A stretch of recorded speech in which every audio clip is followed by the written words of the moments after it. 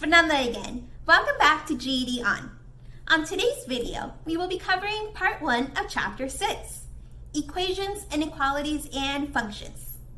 Similar to chapter 4, chapter 6 is fairly long. Therefore, we felt it was best to split it into 2 videos. Please make sure to watch part 2 after finishing today's lesson. Now, as you already know, GED On was created for you to follow along in the Kaplan book.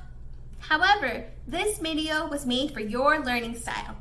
You are more than welcome to pause and replay the video at any time to meet your needs. Now, if you're ready, let's go ahead and get started with our first lesson.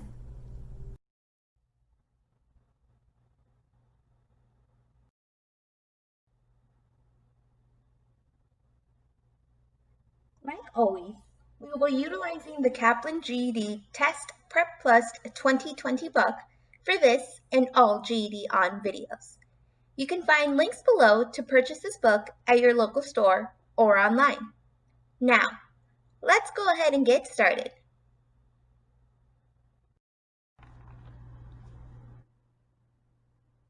Today's video will be covering Unit 2, Mathematical Reasoning, Chapter 6, Equations, Inequalities, and Functions, Part 1. We will be covering lessons 1 through 5, which start on page 352. Chapter 6 is a pretty long chapter, so it will be split into a 2-part video. Please don't forget to watch part 2 after finishing today's lessons. Now, let's go ahead and get started.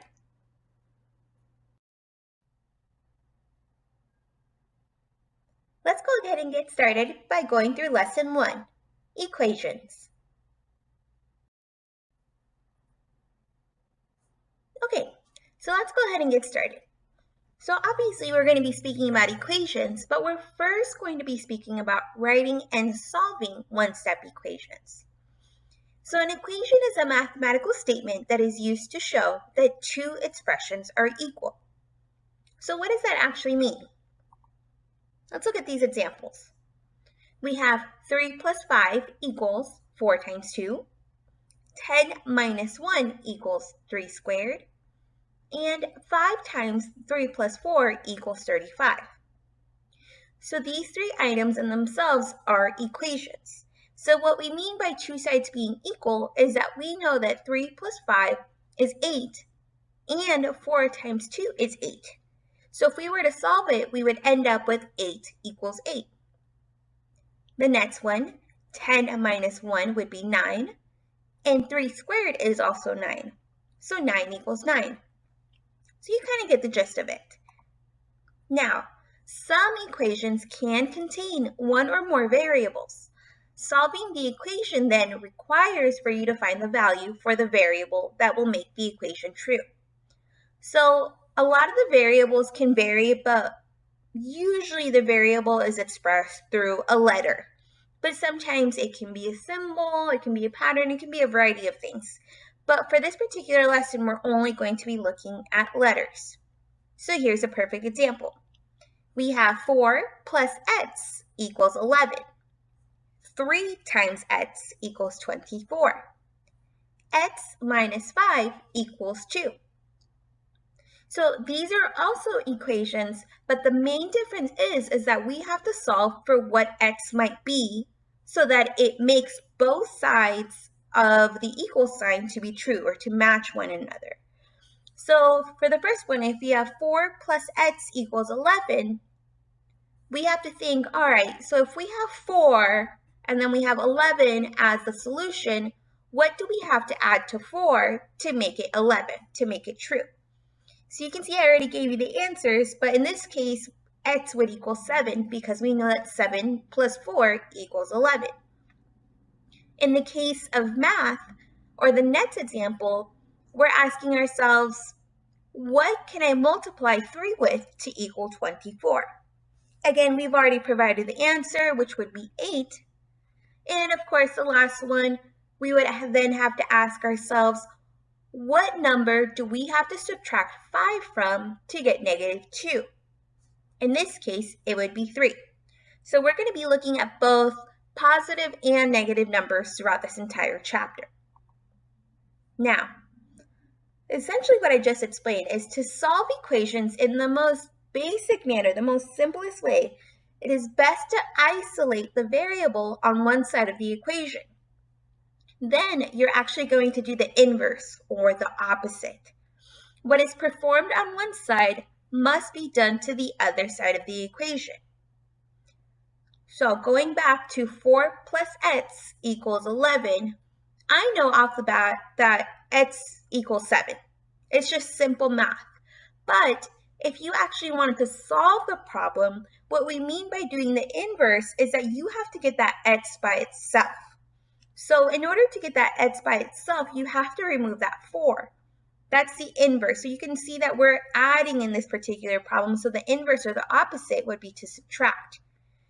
So in order to isolate x by itself, you need to subtract 4 from that side and also subtract 4 from 11.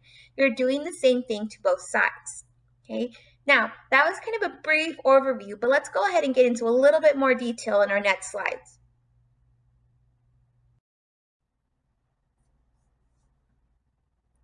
Okay, so let's go ahead and keep practicing what we just learned. We're going to work through 3 different examples that will require us to solve them a little bit different, but each of them will have a variable. So let's start with example 1. Solve x minus 23 equals 45. Now, remember, in order to solve equations, we're going to have to do the inverse or the opposite of what the actual equation is asking us to do. So in this particular example, it's asking us to subtract. So the inverse would be to do addition. So we're going to start off with our equation, and then we are going to go ahead and isolate the x, which is the variable. So in order for us to do that, we need to get rid of that pesky 23 that's right next to it. Now, in order to isolate it, we have to add 23 to each side. Adding 23 to the same side as the variable will leave that x alone. So essentially the minus 23 plus 23 will cancel themselves out. But as we learned from the slide before, you have to do the same thing on both sides of the equation. Hence why we're adding 23 to 45. So once we have actually done that, we get x equals 68. It's great that we got to this answer. However, just to be safe, it's always good to double check your work. So we are actually going to take in this x equals 68 and we're going to plug it into the original equation in order to double check that we did in fact get the same answer. So let's go ahead and do that. So if x equals 68, we're going to plug that in into the original x spot. So that gives us 68 minus 23 equals 45. Now, we know that we solved this correctly because 68 minus 23 actually does equal 45. So then in the final answer, you get 45 equals 45. Let's try this again. Example 2. Solve x over 2 equals 17. Now, while this might look like a fraction, if you think back to our previous lessons, it's important to remember that a fraction really is just a different way to look at division.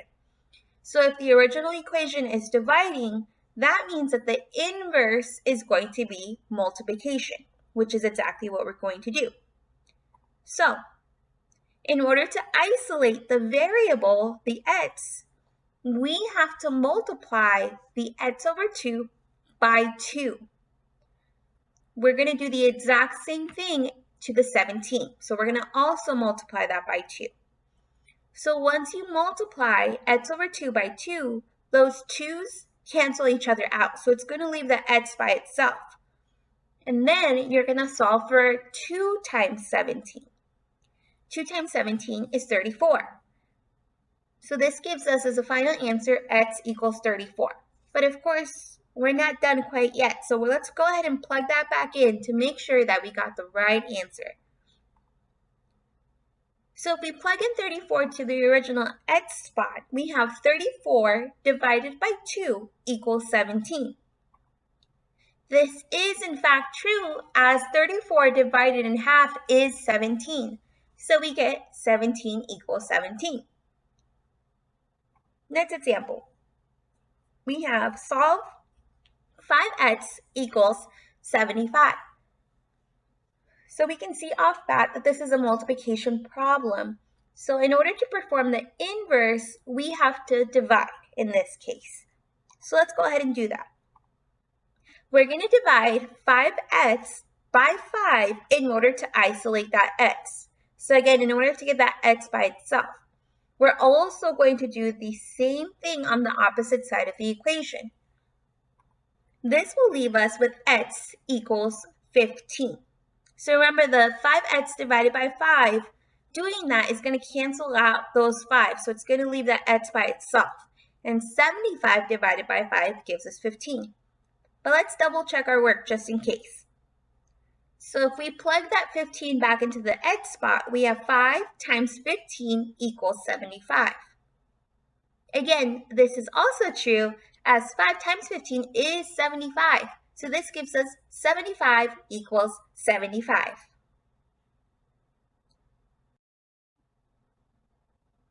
Let's keep practicing our skills by completing practice 1.1, found on page 353.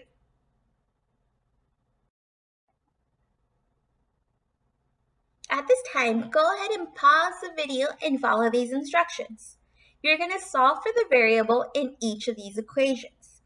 Together, we're going to complete 1 through 4. Once you've completed them on your own, go ahead and click play and we will review them together.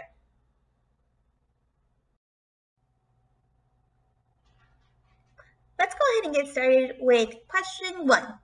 7x equals 63. Now remember, we have to follow the same couple of steps. So we have to perform the inverse operation, and also we have to double check our work. Now we can see here that this is a multiplication problem. So of course, then we're going to want to divide. So in order to get x by itself, we need to divide 7x by 7 and also divide 63 by 7, as you have to do the same thing to both sides of the equation. This leaves us with a final answer of x equals 9. But we're not quite done. Let's go ahead and double check our work. So we're going to plug back 9 into the original x spot. So that gives us 9 times 7 equals 63. Or the reverse, if you look at the original equation, it really would have been 7 times 9, but they both mean the same thing. So of course, 9 times 7 equals 63, so we have 63 equals 63. So we did do that correctly. Question 2, 23 plus m equals 51. So we want to isolate m by doing the inverse, which in this case would be subtraction. So we're going to do 23 minus 23 plus m equals 51 minus 23, as you do the same thing to both sides of the equation. So this leaves us with m equals 28. So let's plug 28 back into the original equation to double check. This gives us 23 plus 28 equals 51. And of course it is correct, as 23 plus 28 does equal 51, giving us 51 equals 51. Question number 3, negative 13 equals y minus 12. So here we're dealing with our first negative number, but it's still going to be the same process. So we're going to isolate the variable of y by doing the inverse, which would be addition in this case. So that gives us negative 13 plus 12 equals y minus 12 plus 12. And of course, that leads us to negative 1 equals y, which we're going to plug back into the original equation just to double check. So this gives us negative 13 equals negative 1 minus 12. So when you're subtracting negatives, as you may remember, it's almost kind of like doing addition. So while it does say negative 1 minus 12, it's almost kind of like saying 1 plus 12, because you're still subtracting. So it still gives us negative 13. So negative 13 equals negative 13, which also checks out. Last question, x over 4 equals negative 16. So same process, we're going to isolate x and then do the inverse. In this case, we're going to multiply since the original equation is a division problem. So we're going to multiply x over 4 times 4 so that those two 4s cancel themselves out, leaving the x by itself. And then we're going to perform the same thing on the opposite side by doing negative 16 times 4. This gives us x equals negative 64. As you may recall, a negative times a positive still gives you a negative, so hence a negative sign. So let's plug that back in. The original equation then equals negative 64 divided by 4 equals negative 16. This, of course, checks out again, as a negative divided by a positive also still gives you a negative. So it gives us negative 16 equals negative 16.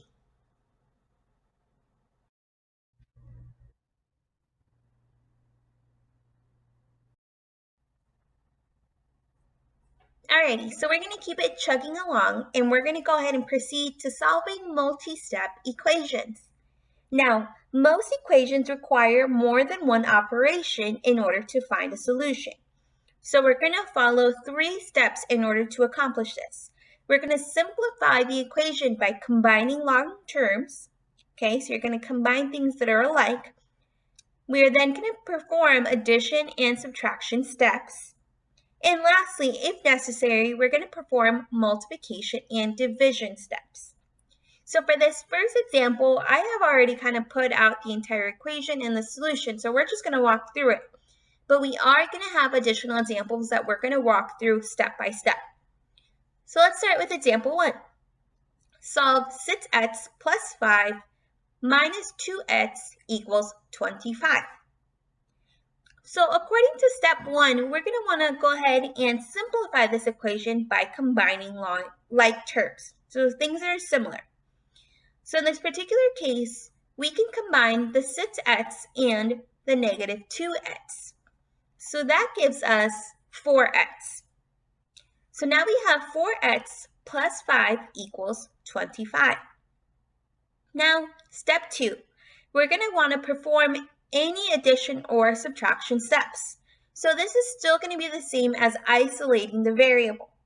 So if we want to isolate 4x, that means that we're going to have to subtract 5 from that side and also from 25, just like before. So this gives us 4x plus 5 minus 5 equals 25 minus 5.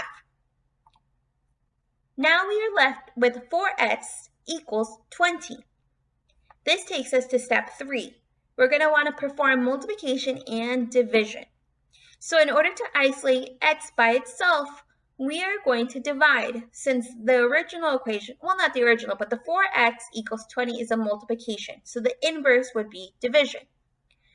So we're going to divide 4x by 4 and also 20 by 4. This gives us a final answer of x equals 5. But as you already know, we're not quite done yet. So we're going to want to double check our work by plugging in 5 in the x spot of the original equation.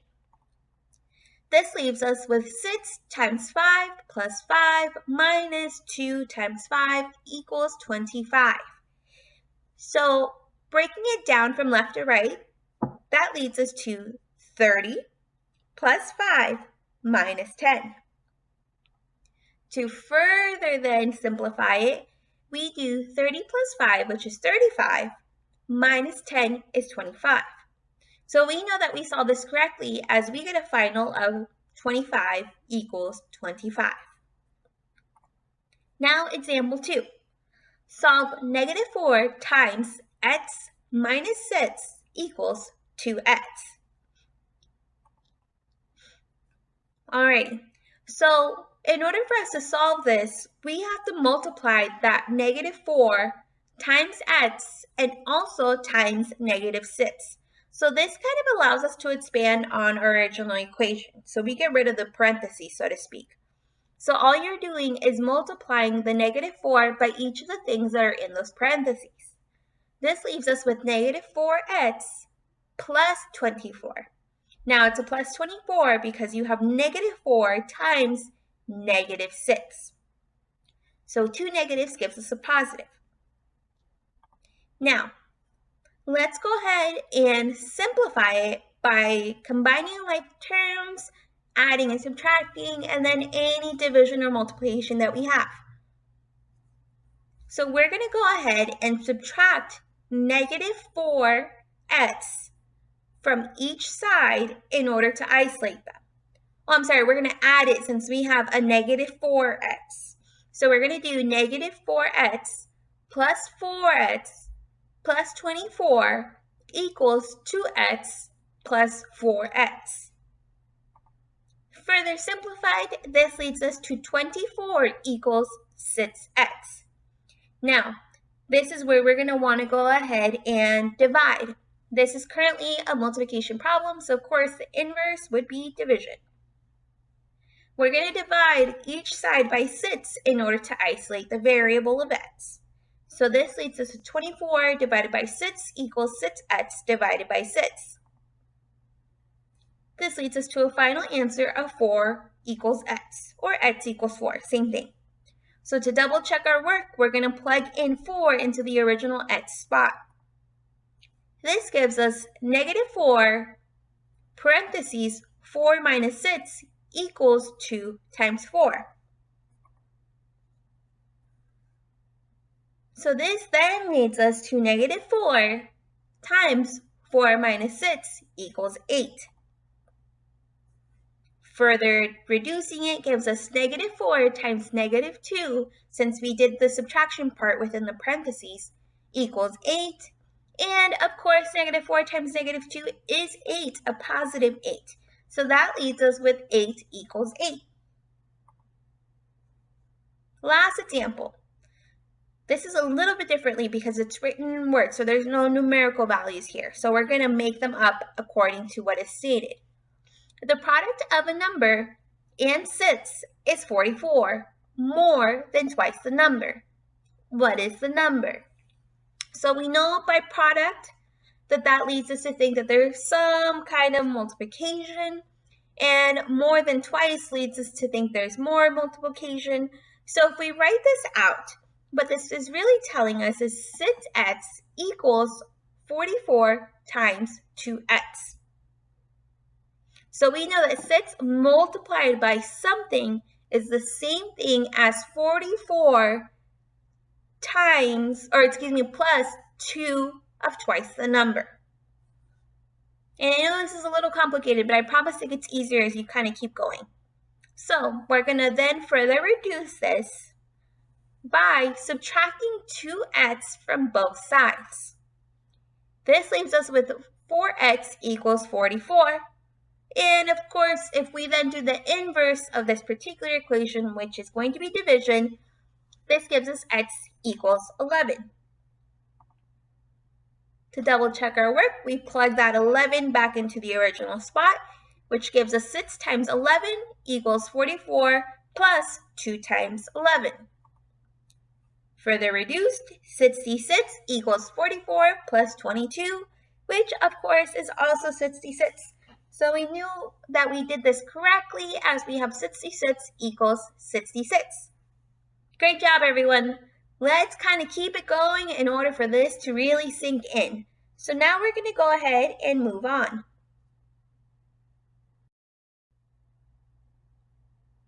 We're now moving on to practice 1.2, found on page 355.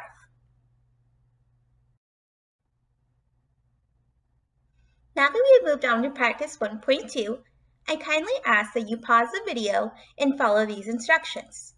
You're going to solve for the variable in each equation. Once you've completed 1 through 4 on your own, go ahead and click play.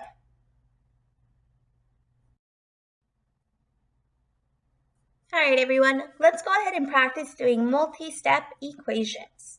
So we're going to solve for these 4 questions of our practice 1.2. Let's start with question 1. 3x minus 20 equals 30. So we know that our first step is going to be to want to isolate that x variable. But for right now, we're going to leave it as 3x. So first we have to get rid of this 20. So because originally it has a subtraction problem, we are going to do the inverse by doing addition. That gives us 3x minus 20 plus 20 equals 130 plus 20, as you do the same thing on both sides of the equation. This leaves us with 3x equals 150. In order to further reduce this and to isolate the variable, we're going to do the inverse once again, which in this case would be division. So we're going to divide 3x and 150 by 3. This gives us a final answer of x equals 50. But of course, we're not quite done, as we're going to want to double check our work. So we're going to plug in that 50 back into the original x of the first equation. This leads us to 3 times 50 minus 20 equals 130. If we further reduce this, it comes out to 150 minus 20, which of course is 130, leading us to 130 equals 130. Question 2. 2y minus 8 equals 3y minus 18. So we are going to start this by moving or isolating that 18 by itself. So what we're going to do is the inverse. So in order to isolate or get rid of that negative 3y, we're going to add 3y to it, and of course do the same thing to the other side. This gives us 3y plus 2y minus 8 equals negative 3y plus 3y minus 18. If we reduce this, this gives us 5y minus 8 equals negative 18. So we're going to isolate that 5y variable by again doing the inverse, which in this case would be addition. So we're going to add 8 to both sides of the equation.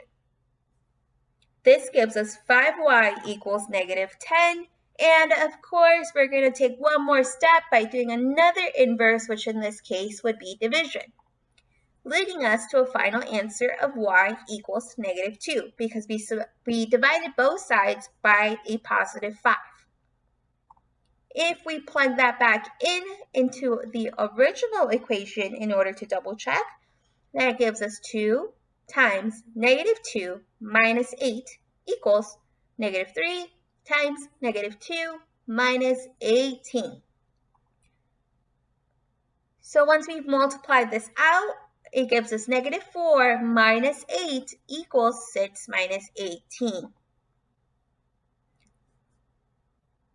This gives us a final answer of negative 12 equals negative 12. So we did in fact perform that correctly.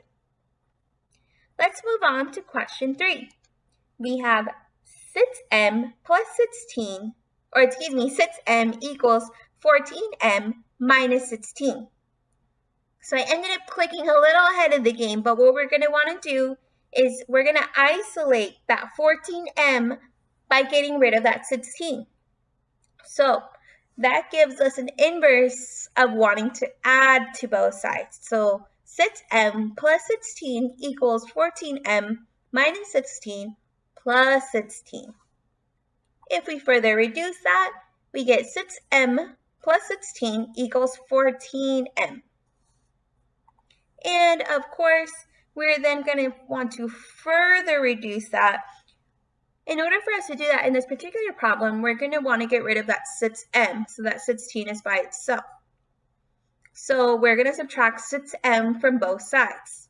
If we do that, that leaves us with 16 equals 8m, as 14 minus 6 equals 8. In order to further isolate that m variable, we're going to do the inverse again by dividing. So we're going to divide both sides by 8, leading us to a final answer of 2 equals m. To double check our work, we're going to replug in 2 into the original equation, leading us to 6 times 2 equals 14 times 2 minus 16. That gives us 12 equals 28 minus 16, which of course is also 12. So we have 12 equals 12. Now, final problem. We have 2x plus 5 plus 6x equals negative 27. So you can see I already made our first move, and what I went ahead and did is that I combined or simplified by combining like terms. So because we have 2x and 6x on the same side of the equation, that really means just 8x. So all we did is combine them together. So we have 8x plus 5 equals 27. We're going to further isolate the 8x by getting rid of that 5 by doing the inverse, which would be subtraction, giving us 8x plus 5 minus 5 equals negative 27 minus 5. This then leads us to 8x equals negative 32. To get the x variable by itself, we're going to do the inverse once again by dividing both sides by 8, giving us a final answer of x equals negative 4. Because remember, a positive times negative gives us a negative. We're then going to re-plug in that negative 4 into the variable spot of the original equation, giving us 2 times negative 4 plus 5 plus 6 times negative 4 equals 27. Oh my gosh, that was a mouthful. So once we've multiplied it out, that really gives us negative 8 plus 5 plus negative 24. Now you can see that I used parentheses around the negative. That is a choice of mine. It makes it easier, as I think without the parentheses, it gets a little confusing as far as what is a negative sign and what is a subtraction sign. So I like to use them just for, really in order to just make it a little bit easier visually on myself. So once we've solved this aspect, negative 8 plus 5 plus negative 24 equals negative 27, leading us to negative 27 equals negative 27. Good job, everyone.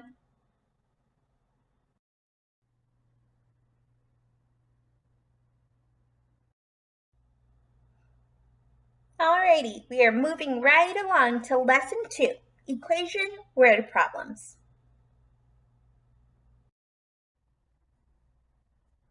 All right, now we're moving on to lesson 2, equation word problems. So an equation word problem, or algebra, describe how different digits are related to one another, or different numbers. The relationship is used to write an equation and solve for the unknown, which, as you already know, is the variable. So to solve a word problem, we have to decide what quantity will be represented by x, or whatever the variable may be. Then we're going to write the expressions for the other quantities in terms of x. Once we write and solve an equation, we're going to answer the question that's being asked in the problem. So let's look at our first one. Example 1. There are twice as many women as men in a class on auto repair. If there are 24 students in the class, how many are women? So based off what is written, we know that the main variable x equals men. Now, if there is twice as many women as men in the class, that means that 2x would equal women. So essentially, if we find out what x is, we indirectly also find out what 2x is, since all we have to do is multiply. Now, we also know that there are 24 students in the class. So you can see from our equation, we have x plus 2x equals 24. So essentially what this is saying is men plus 2 times number of men equals 24. Or men plus women equals 24. So let's go ahead and solve this to see how many of these students are women. So if we take our original equation of x plus 2x equals 24, we're going to want to start by combining like terms. In this case, our like terms are x and 2x, which leads us to 3x equals 24. Now, you know from our previous lessons that in order to isolate the variable, we have to do the inverse. So the inverse of this multiplication problem would be division. So we're going to we're going to divide each side by 3 in order to isolate that variable. So if we decide to divide both sides of the equation by 3, this leaves us with x equals 8. Therefore, we are essentially saying X equals men, right? So this means that there are 8 men in the class. Now that we have X, we can figure out how many women there are in the class. We know that women equals 2X, which means that we're going to multiply 2 times 8. This gives us 16.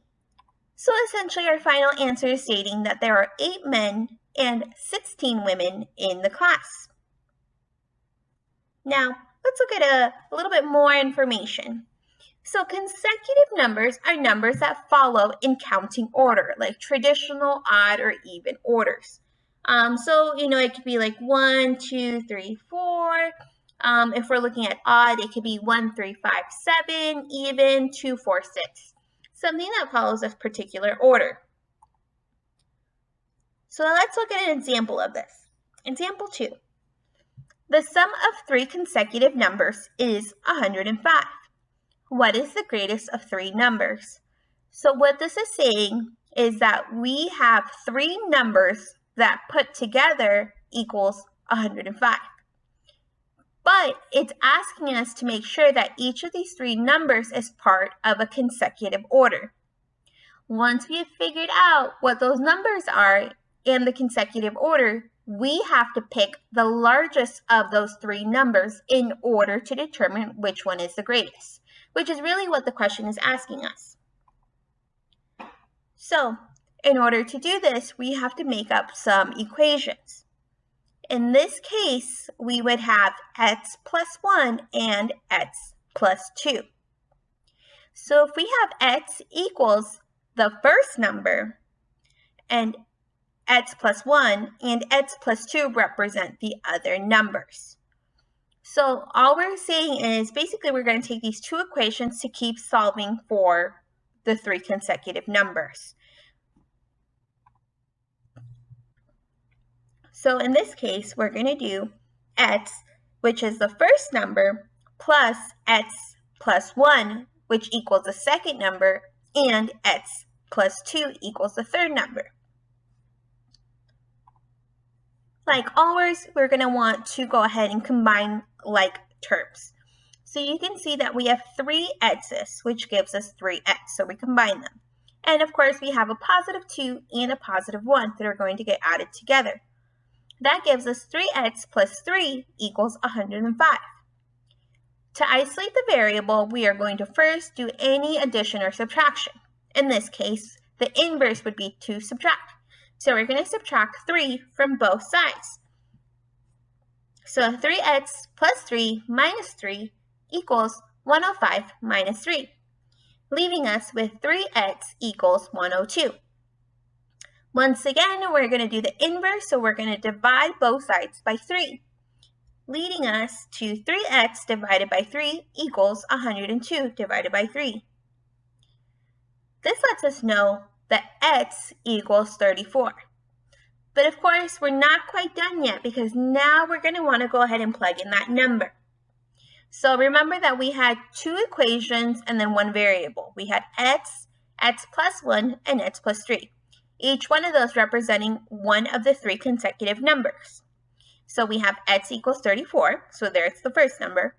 X equals 35, this is coming from x plus 1, so 34 plus 1, that's our second number. And of course our third number coming from x plus 2, meaning 34 plus 2. So now that we have our consecutive numbers, which are going in traditional counting order, so 34, 35, 36, we have to pick the largest of the 3 numbers. The largest of the 3 would be 36. So 36 is the greatest of the 3 consecutive numbers that are combined or summed together to get a total of 105.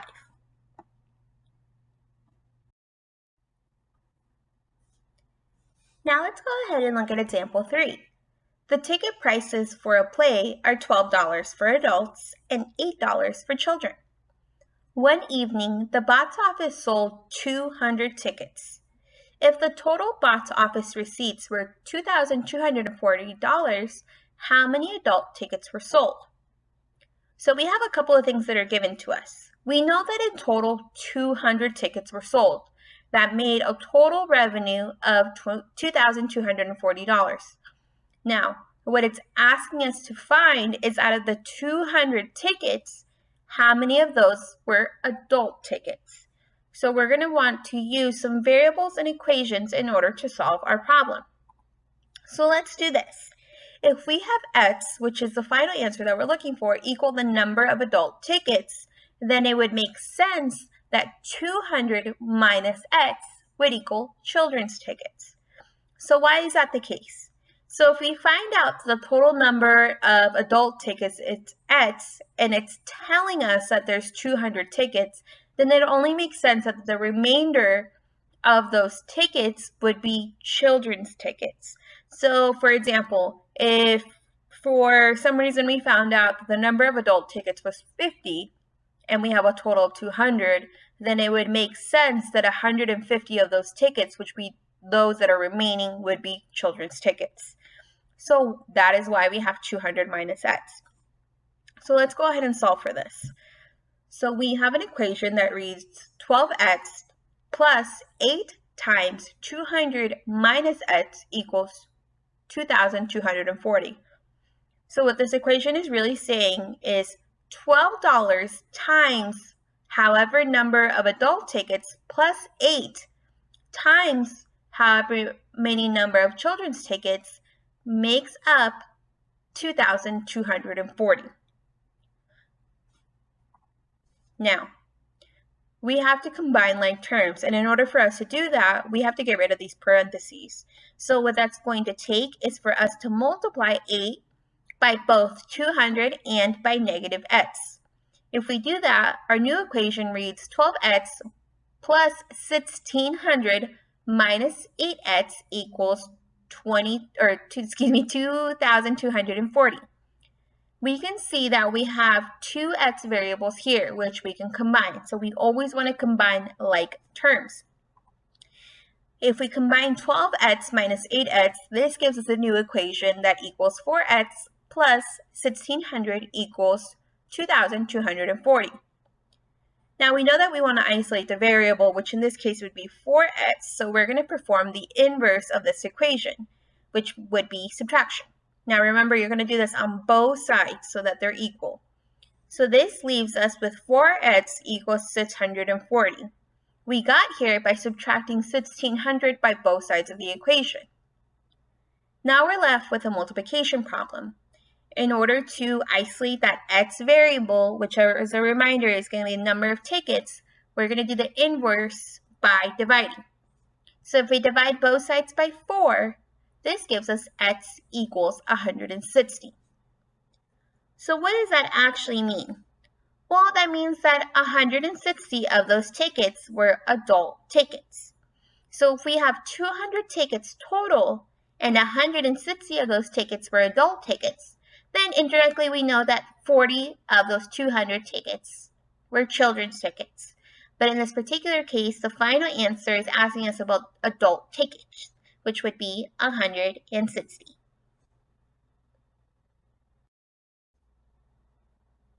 We're now going to move on to practice 2, found on page 357.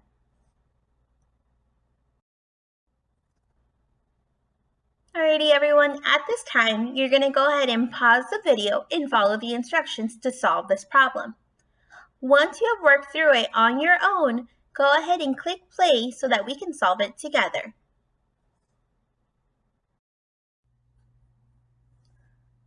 Question 2. Julia has 24 coins in her pocket. The coins are either dimes or quarters. The total value of coins is $4.50. How many coins are dimes? For this problem, we have a small hint. The value of the dimes is 0.10x, and the value of quarters is 0.25 times 24 minus x. So let's break this down a little bit. So we know obviously that, dimes are 10 cents, hence the 0.10, and x is going to stand for the number of dimes, like how many of those coins are dimes. So that's our variable. Now, since it's giving us a total of 450, we essentially have to figure out how many of those coins that make up the 450 are dimes. Once we have that, it'll indirectly tell us how many or what the remaining amount of coins are that are then quarters, which would be all of them, essentially. So if we look at 0.25, we know that's, of course, 25 cents. Now it's being multiplied by 24 minus x. So it's saying 25 cents multiplied by 24 minus the number of dimes. So another way to look at it is that we're timesing 25 cents by the number of coins that remain after we find out how many dimes there are. So that kind of makes sense. It's similar to our previous problems. So let's go ahead and get started. So again, we know that the X stands for the number of dimes in Julia's pocket. So if we put this in an equation, we have a 0.10x plus 0.25 times 24 minus x equals 450. So like before, we're going to want to go ahead and reduce this the best way possible. So by doing that, this leaves us by 0.10x plus 6. No, so just an FYI, we got the 6 essentially by multiplying 0.25 by 24. So remember, we're multiplying the 0.25 by both the 24 and the negative x. So we're getting rid of those parentheses. Okay, so again, we have 0.10x plus 6 minus 0.25x equals $4.50. Now we have some common variables here. So we have two numbers that both have the variable of x. So we have to keep reducing or combining our like terms. This leaves us with 6 minus 0.15x. Now we're basically minusing because we originally had a positive 0.10 and we were subtracting a larger number of 0.25. That's what gives us a 0.15. So now we have 6 minus 0.15x equals $450. So we want to go ahead and isolate that variable of x like always. So we're going to perform the inverse operation, which would be addition. So we're going ahead and doing, subtraction. So what we went ahead and did is that we took away, or we subtracted 6 by both sides of the variable. That left us with negative 0.15x equals negative 1.5. Because remember, we subtracted 6 from 4.50. Now, we have to further isolate the x by doing the inverse, meaning that we're going to divide in this case. So if we divide both sides by negative 0.15, that leaves us with x equals 10 dimes. So we know that out of the 24 coins in Julia's pocket that come out to $4.50, 10 of those coins are going to be dimes. So if we then wanted to find out, of course, the number of quarters, we would plug in that x equals 10 into the original equation. But it's not asking us to do that. So our final answer is x equals 10 dimes.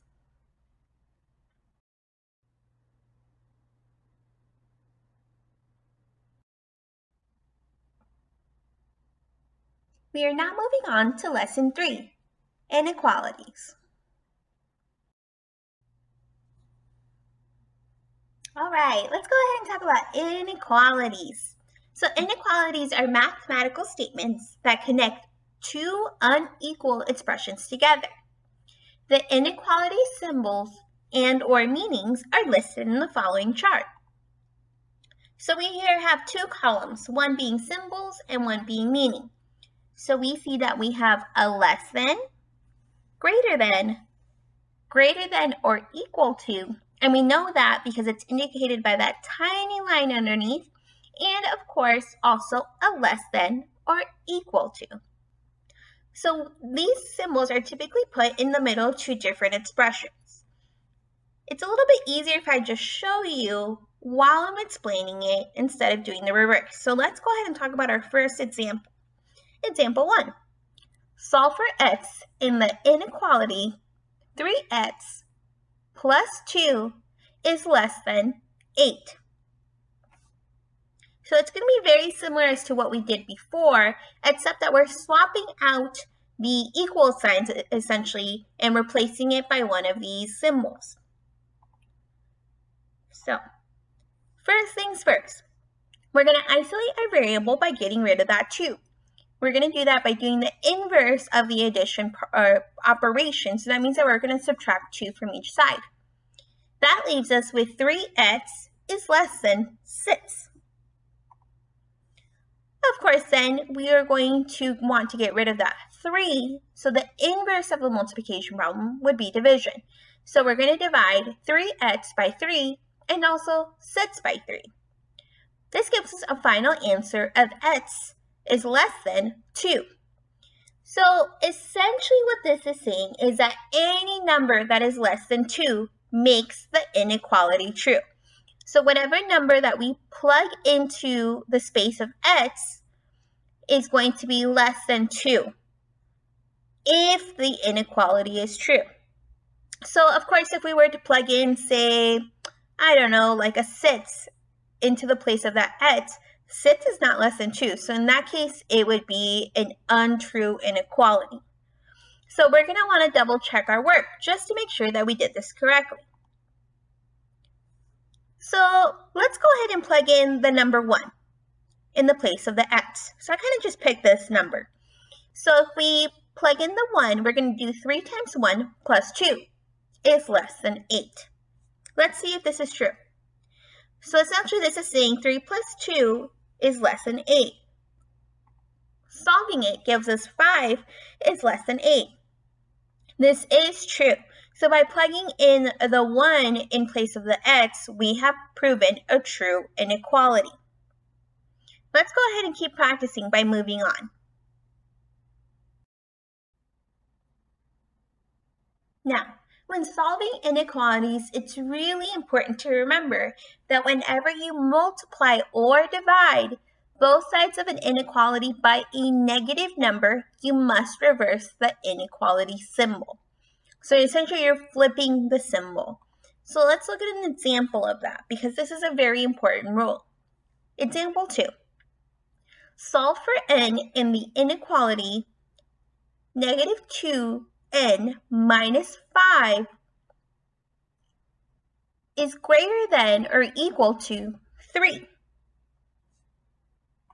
So we're going to follow all of our same steps, okay? So we have to isolate that 2n since that's where our variable is. So we're going to add 5 to both sides. So that gives us negative 2n minus 5 plus 5 is greater than or equal to 3 plus 5. If we solve that, that leaves us with negative 2n and 8. We know that to further reduce that and to get that variable by itself, we are going to want to divide. So we're going to divide both sides by negative 2 in order to allow for that n to be by itself. So you notice that because we're dividing by a negative number on both sides, we flipped that inequality sign. Okay, so you'll notice it went from pointing to the right to now pointing to the left. So this gives us a final answer of n is less than or equal to negative 4. Of course, we always want to double check this. So in order to double check this, we're going to plug in a number. So we know that negative 5 is a number that is less than negative 4. So this is just a random number that I picked. And I picked that because I'm basically using our final answer in order to determine whatever it is that I can plug in. So this could have been a negative 5, a negative 6, a negative 7, but I chose a negative 5 just to make it a little bit easier. So we have negative 2 times negative 5 minus 5 is greater than or equal to 3. So once we reduce that down, we know that negative 2 times negative 5 is a positive 10. So that leaves us with 10 minus 5. This gives us 5 is greater than or equal to 3. which is the case. We know that 5 is greater than 3. Now, when an inequality contains a variable, there are typically many numbers that prove inequalities to be true. Similar to how I just chose a negative 5, but again, it could have been another number that was less than negative 4. Thus, solutions are often graphed. In the example below, a closed dot means that the number is included in the solution set. An open dot signifies that the number is not included. So let's look at this. So this kind of looks like our number line from a couple of lessons ago. So let's look at the first one. We have x is less than 2. Okay, so in order for us to prove that this is true, we know that the only numbers that we can plug in for x have to be numbers that are less than 2. You'll notice that the dot over the 2 is open because 2, if we were to plug that in, 2 is not less than 2. That doesn't make sense. But any number to the left of that will prove this to be true. So example, 1 is less than 2, 0 is less than 2, negative 1 is less than 2, and so on and so on. Now, if you look at the very third one, we have x is less than or equal to 1. Okay, so in this case, the dot that's above the 1 is solid. So it's a filled-in dot because there is a tiny dash under the inequality sign that indicates equal. So 1 in this case is included because we can say 1 is less than or equal to 1. And of course, any numbers that would then be less than 1 are also included. Looking at the last one, we have x is greater than or less than negative 2. Again, in this case, negative 2 would also be a filled-in dot. So just to make it a little bit easier on you, it's important to know that if there is an or equal to sign, so that little dash under the inequality, it is typically going to be a filled-in circle, in these types of graphs at least. Okay, so now we're going to move on to compound inequalities. So compound inequalities combine two inequalities. In order to solve them, the inequalities must be separated and both must be solved. The solutions can then be recombined. So here we have example 3. Solve 3x plus 4 is less than 5x, which is less than 16 plus x. So let's go ahead and divide both of these. So this gives us 3x plus 4 is less than 5 times x. So if we want to reduce this just like our normal processes, we know that we have to isolate the variable. In this case, it'll be a little bit different, but because we have variables on both sides, it makes it easy for us if we were to just subtract 3x from both sides. This gives us 4 is less than 2x. Then, of course, we know that we have to divide in order to get that variable by itself, which gives us 2 is less than x. Now, the other side, which just for you all at home, you can see that we kept the 5x in both equations. So that's just something to keep in mind. So we have 5x is less than 16 plus x. So we're going to do the exact same thing. So we are going to go ahead and subtract 1x from both sides. Because we have variables on both sides of the inequality sign, we only want it on one. This gives us 4x is less than 16. Of course, then we have to divide in order to get that variable by itself. So that gives us x is less than 4.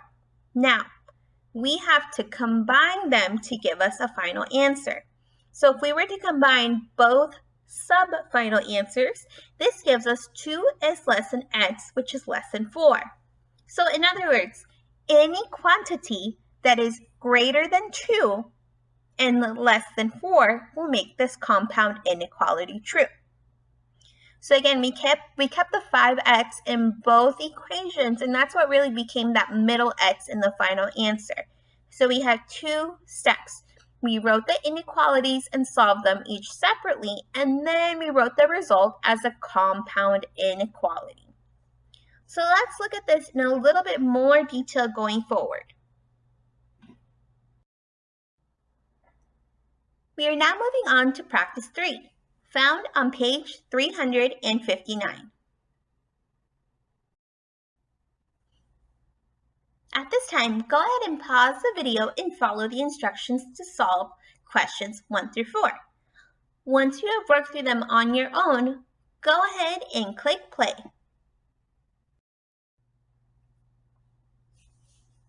Question 1.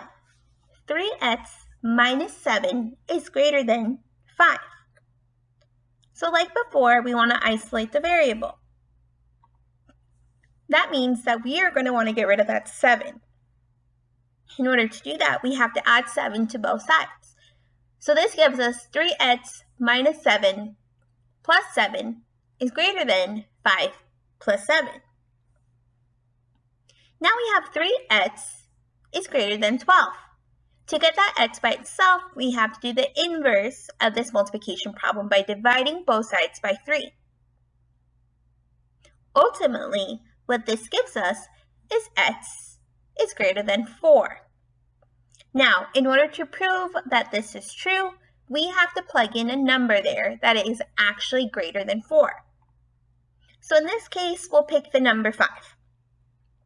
So if we plug in 5 into the original equation, we have 3 times 5 minus 7 is greater than 5. If we further reduce this, we have 15 minus 7 is greater than 5, giving us 8 is greater than 5, which we know is a true statement. Question 2. 13 is less than 2x minus 1. So we're going to follow the same procedure. So we're going to want to get that 2x by itself, and we want to get rid of that pesky 1. So in order to get rid of the 1, we have to do the inverse of the subtraction problem. This would entail for us to add 1 to both sides. Hence, 13 plus 1 is less than 2x minus 1 plus 1. This then gives us 14 is less than 2 times x. Now, to get the x by itself, we're going to divide both sides by 2, which ultimately gives us 7 is less than x, or x is greater than 7. They both mean the same thing. So in order for us to double check our work, we're going to want to pick a number that is greater than 7. So we'll just pick 8 since it's the next in order. So if we plug in 8 into the original inequality, we have 13 is less than 2 times 8 minus 1. This is the same as 13 is less than 16 minus 1, which of course is 13 is less than 15, which we know is true. Last question. 4 plus 2x is less than or equal to negative 2. Same procedures. Let's get rid of that 4 so that we have the 2x by itself. So we're going to subtract 4 from each side since that's the inverse operation. So we have 4 minus 4 plus 2x is less than or less than or equal to negative 2 minus 4. Now we have 2x is less than or equal to negative 6. So of course we're going to go ahead and divide by 2 in order to isolate the variable by itself. So we have 2x divided by 2 and negative 6 divided by 2. This gives us a final answer of x is less than or equal to negative 3. Notice that we did not flip the inequality sign because we did not divide or multiply by a negative number. So if we want to prove this to be true, we're going to want to head and choose a number that is less than negative 3. So I went ahead and chose negative 4. So if we plug that in back to the original inequality, we have 4 plus 2 times negative 4 is less than or equal to negative 2. This gives us 4 minus 8 is less than or equal to negative 2, And of course, our final answer would then be -4 is less than or equal to -2, which proves to be true.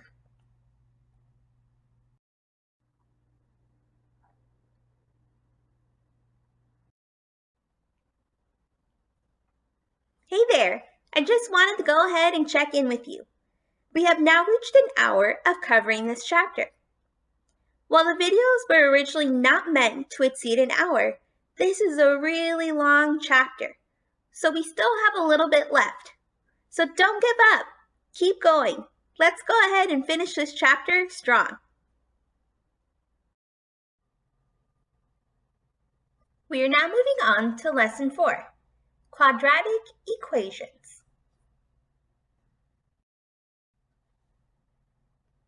All right, everyone, now that we've spoken about inequalities, let's go ahead and move on to quadratic equations. So a quadratic equation contains a squared variable and it can have two solutions.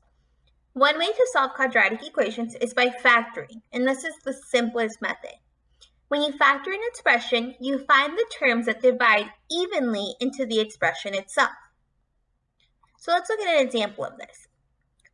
Example 1, factor the expression 15x squared plus 9x. So when it asks us to factor an expression, we have to find a number that can evenly divide into both 15 and 9. In this case, both terms can be divided by 3x. So essentially, you're going to factor out 3x. So factoring out really is just another way to say division. So if we take 15x squared plus 9x, and we divide each of those separately by 3x, this gives us two different answers. We have 5x and the number 3. So we know that by factoring out this expression, our final answer is going to be 15x squared plus 9x equals 3x times 5x plus 3. So essentially it's saying that both sides of this particular equation, both sides of the equal sign mean the exact same thing. And how do we know this? If we look at the right-hand side, if we were to multiply 3x times 5x, it gives us 15 and 2 x's. Another way to phrase that is 15x squared. If we were then to multiply 3x times 3, that would give us 9x. So essentially we're going back to the same original expression. Example 2. We're going to multiply 2x plus 3 times x minus 4. So in this particular case, we have 4 terms, okay? So we have 2x, 3x, and -4. So we're going to use kind of a factoring method. We're going to split things out. So another way to rewrite this would be 2x times x gives us 2x squared. 2x times -4 gives us -8x. Then we have 3 times x gives us 3x, and 3 times -4 equals -12. So how did we do this? If you look at our original factor, which is 2x plus 3, essentially all that we are doing is taking each of those terms, so 2x and 3, and we're multiplying them individually by the other factors. So we took just the factor of 2x, or the term, I guess, 2x. We multiply that by the x in the other set of parentheses, and then we also multiplied it by the -4 in the other parentheses. We did the exact same thing with the 3. We multiplied the 3 times the x in the other set of parentheses, and also by that -4. So if we were to combine all of these individual answers, it would give us 2x squared minus 8x plus 3x minus 12. However, as you've learned from previous lessons, you know that it's always better to condense. So if we have like terms, we always want to combine them. So our final answer is actually 2x squared minus 5x minus 12. So what we just did by multiplying these factors together we use a method called the FOIL method. The letters in FOIL stand for first, outer, inner, and last. You factor a quadratic equation to solve it. And a quadratic equation, like I said, may have two solutions. So you find the values that make the factors equal to 0.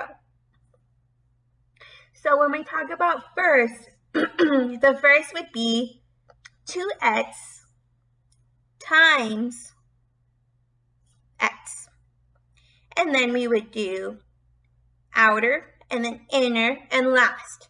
So it's almost like just drawing two little lines over each of the terms in the first factor and then multiplying it against those that are listed in the second parentheses.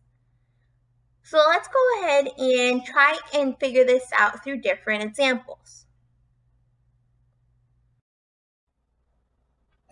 Let's move on to example 3. Solve x squared minus 3x equals 4. So this particular expression is a little bit different than the one before because we don't have to use the FOIL method here as it's already written as the answer of what would have been a FOIL method. Essentially what we're actually going to do is work backwards. We're going to break this particular expression into two sets of parentheses with operations within each one. So the first step in order to solve this is having the entire expression equal 0. So in order for us to do that, we have to get rid of that 4. So it's kind of like we've been doing this entire chapter. Whatever you do on one side of an expression, you're going to do to the other side. So in order for us to get to 0, we have to subtract 4 from both sides. This gives us x squared minus 3x minus 4 equals 4 minus 4. Which then turns into x squared minus 3x minus 4 equals 0.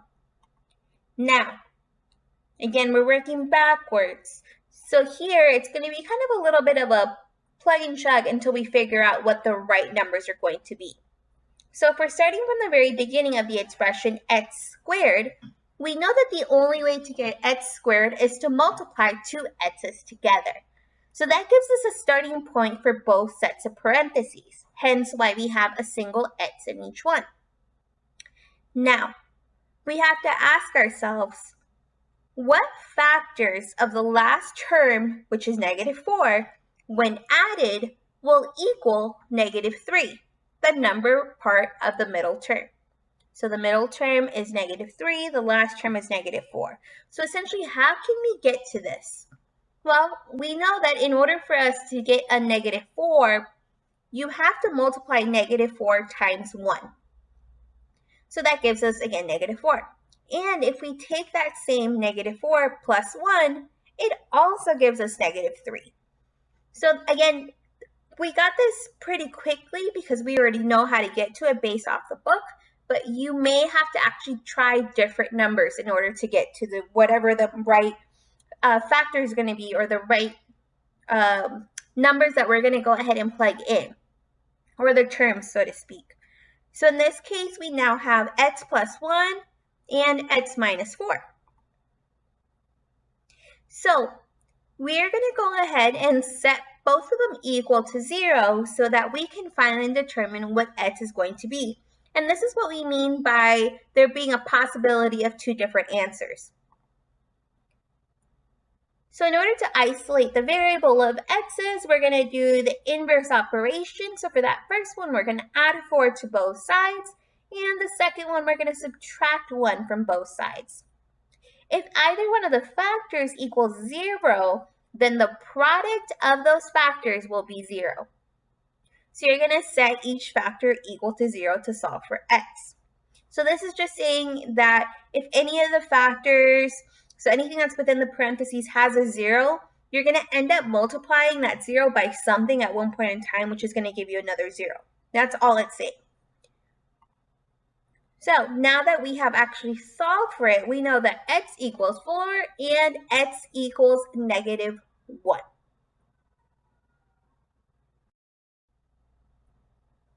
We are now moving on to practice 4, found on page 361. Go ahead and pause the video and follow the instructions to multiply the following expressions.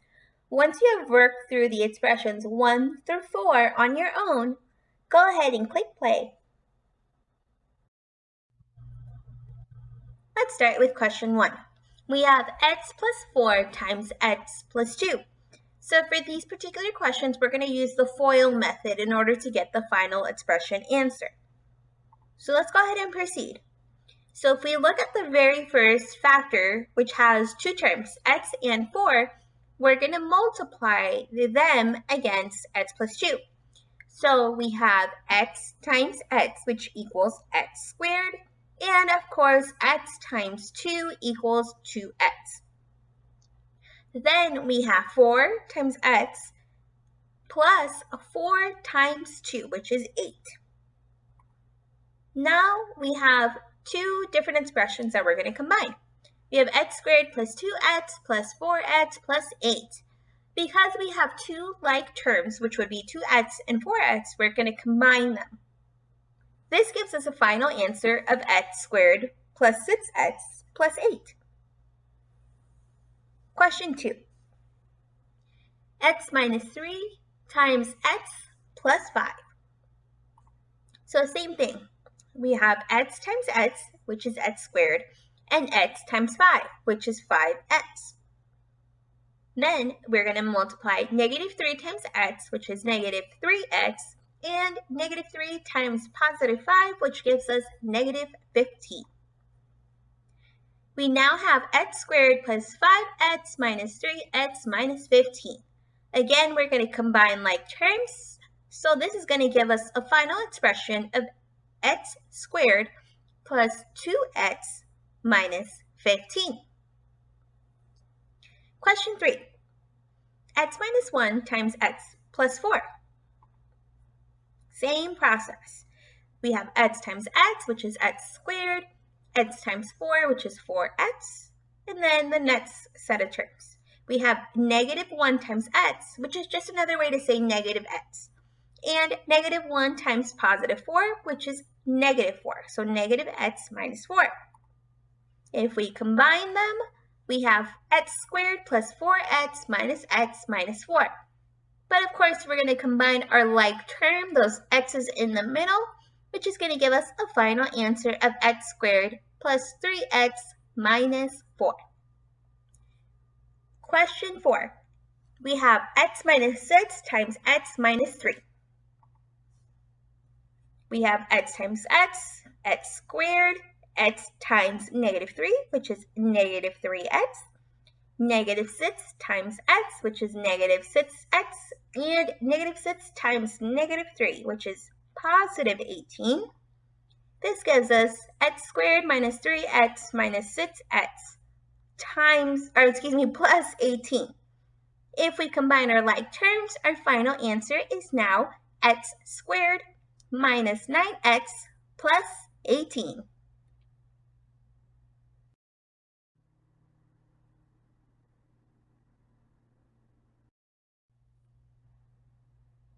We are now moving on to Lesson 5, Algebra Problem Solving. So in Lesson 5, we're going to speak about algebra problem solving. But specifically, we're going to talk about the guess and check method. So guess and check is a strategy for answering complex multiple choice problems. What this means is selecting one of the available answer choices and trying it within the problem. If the first guess is correct, you can move on to the next problem. Otherwise, you can try additional available answers. So essentially what this is saying is that if you are provided with the problem and also given possible answers like a multiple choice question, you can plug in those particular answers to see which one actually makes the statement true, which indicates that is your correct answer. So let's look at this as an example. We have example 1. Which of the following is a solution for the equation?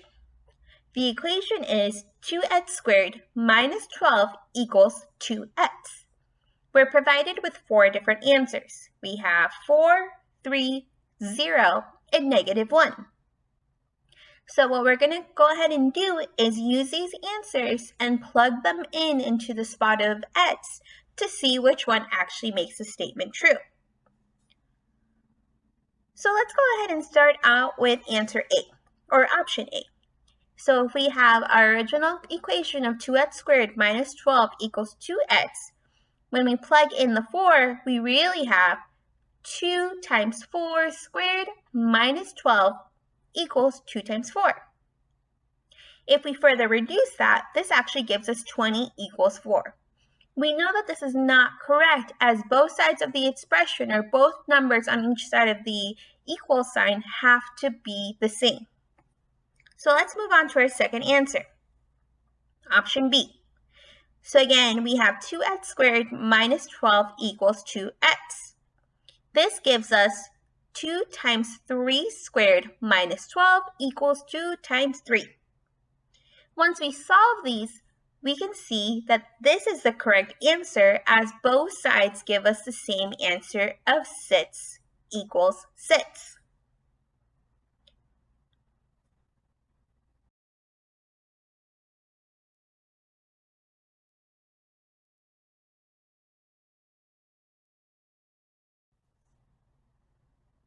Example 2. Terry is 10 years older than his brother Tomas. 20 years ago, Terry was twice as old as Tomas. How old is Terry now? So again, we have 4 answers. We have 25, 30, 40, and 45. So let's go ahead and try these into the original question. So I only did it for answers A through C, as I determined that there was a correct answer amongst these just in themselves. So I did not get to D, but of course you can try that on your own. So if we look at answer A, which is 25, this would mean if Terry is 25 now, Tomas is 15. 20 years ago, Tomas would not have been born. So therefore, we know that's not correct. If Terry is 30 now, Tomas is 20. 20 years ago, Tomas would have been 0 years old and Terry would have been 10. So we know that this is not correct. Remember that we're looking for an age in which Terry was twice as old as Tomas. So we have C, which is 40. If Terry is 40 now, Tomas is 30. 20 years ago, Tomas would have been 10 and Terry would have been 20, which is twice as old as 10. So knowing this, we know that the correct answer to this question is C, 40 years old. Now let's move on to practice 5, which you can find on page 363. Now that we have finished lesson 5, go ahead and pause the video and follow these instructions. Use guess and check to solve the following problem. Once you work through it on your own, go ahead and click play. Question 1. A number divided by 2 is equal to 12 less than the original number. What is the number? Like before, we have 4 options. We have 12, 20, 24, and 28. So essentially what the question is asking us is that out of the numbers that were offered, if we divide one of those by 2, then the answer that we get from that division problem has to be half of the number we chose. So let's go ahead and choose these to try and solve the problem. So let's start with A, which is 12. So if we have 12 divided by 2, it equals 6. 6 is not 12 less than 12. So that cannot be correct. B, 20. If we divide 20 by 2, it gives us 10. 10 is not 12 less than 10. So that cannot be correct. Answer C, 24. 24 divided by 2 equals 12. 12 is equal to 12 less than the original number. So we know that this is correct. So it's saying that if we divide our original number, which is 24, by 2, that answer, which is 12, is going to be 12 less than the original number of 24. And that's true because if you subtract 12 from 24, it gives us 12. Therefore, C is the correct answer.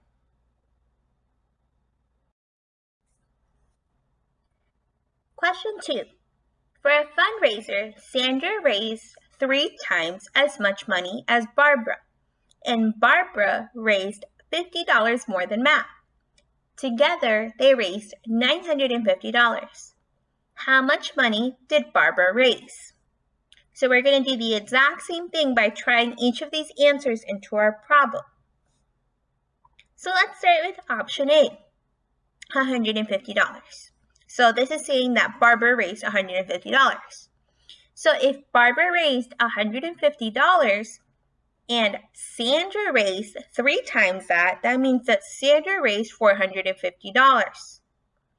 And if Barbara raised $150 and ultimately she raised $50 more than Matt, that means that Matt had $100. So this gives us a total of $700, which is not the total that we were given. So we know that this is not correct. Option B, 175. Barbara raised 175. If Sandra raised 3 times that, then Sandra raised 525. If Matt raised $50 less than Barbara, then Matt raised 125, which gives us a total of 825. We also know that this is not correct as the total does not match the 950. So let's try another one. Option C. Barbara raised $200. Sandra then made 3 times that, so she raised $600.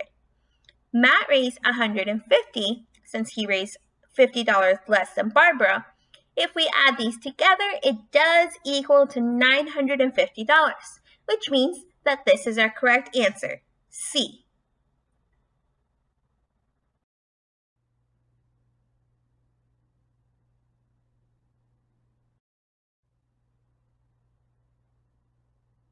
We finally made it to the end. Good job, everyone. Now, as I mentioned, this particular chapter is getting split into 2 parts. So up next, we have Chapter 6 yet again, Equations, Inequalities, and Functions, Part 2. See you there!